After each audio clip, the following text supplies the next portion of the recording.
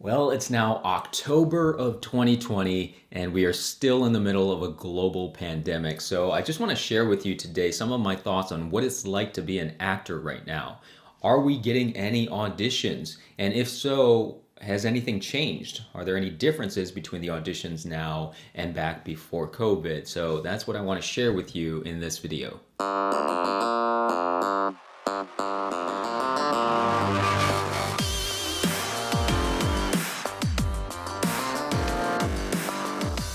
What's up, my fellow actors? Welcome to the Acting Career Center, here to help you learn the skills you need to break into the film and television industry. My name is Kurt Yu. Thank you so much for spending some time here with me today. If this is your first time here, click that subscribe button to get more videos on acting, auditioning, and career advice every single week.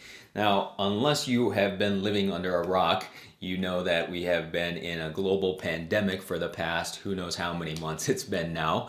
And this pandemic has affected everybody in the world and every industry in the world, including the film and television industry. Basically, everything got shut down earlier this year. So every movie, every television show got shut down, and there was no work available for actors in film and TV. So let me just share with you kind of my perspective on what has happened since then.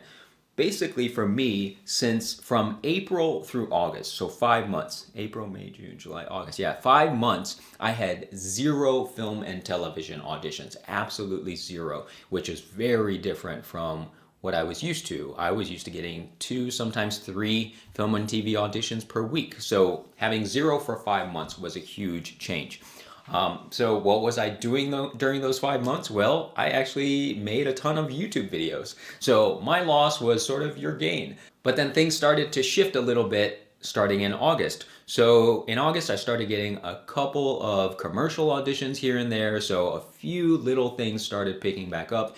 And then in September, basically a lot of film and television productions started back up again, and I got 18 auditions in the past 2 months, September and October, for film and television shows. So zero in the prior 5 months, and then in the past 2 months, 18. So everything really started to pick up again. And what needed to happen was that productions needed to agree on a set of safety protocols for people to return to work safely and not have COVID-19 outbreaks on set, because if that ever happened, they would have to shut down the sets again, as you're seeing with some sports teams right now.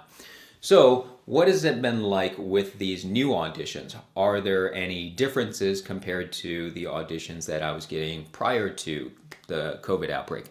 Well, speaking as someone who is an actor here in the Southeast, even before the pandemic, most of our auditions here were self-taped. I would say about 80% of our auditions here were self-taped, meaning that we would record our auditions at home instead of going in person to the casting director's office. Well, now during the pandemic, 100% of our auditions are now self-taped. So it hasn't really been a huge change for actors here in the Southeast because we were used to self-taping already. But I know for people in other markets like New York or LA, Chicago, where self-taping, sure, was something that people did, but it wasn't the norm. They still had most of their auditions in directly in the offices. So this is a big change for some actors in other markets where they now have to get used to 100% of their auditions having to be taped at home. Now, if you are one of those actors who's new to self-taping auditions and you want to know how to get started, I've actually created a number of videos on self-taping auditions. I'll put links to them down in the description below. So, like I said, for people here in the Southeast, self-taping auditions has been pretty standard. But there is one big change that has affected everybody, including the actors here, and that is that callbacks are now also done virtually. In the past, when I've had a callback here in Atlanta, callbacks have always been in person. So we would go into the casting director's office for the callback. Now, callbacks are done virtually via Zoom. I've had a number of callbacks in the past couple months, and they've all been done via Zoom.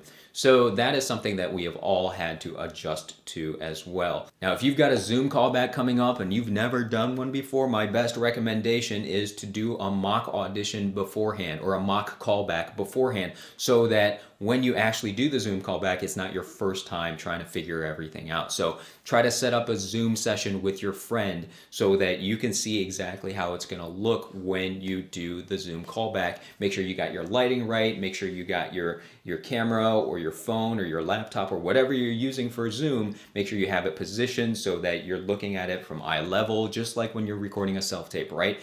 Get all of that technical stuff out of the way so that when you actually do your Zoom callback, you're not trying to make all these adjustments when you're supposed to be doing the actual callback. So those were a few differences that I've seen in terms of auditions and callbacks, but what is it like on set? Are there any differences between working on set back before COVID and right now? Well, I was hoping to be able to report back on that in this video because I was supposed to be working on a television show this week, but unfortunately the schedule changed and now my new date is going to be later in November. So I hope to be able to tell you about that in November. But what I can say right now is that, like I said before, there are new safety precautions that are being put in place. And one of the safety precautions is that on union television show sets and movie sets, you do have to get tested for COVID-19 before you can work. And for this particular show, they asked me to get tested twice, and I had to get 2 negative tests before I could actually work on the show.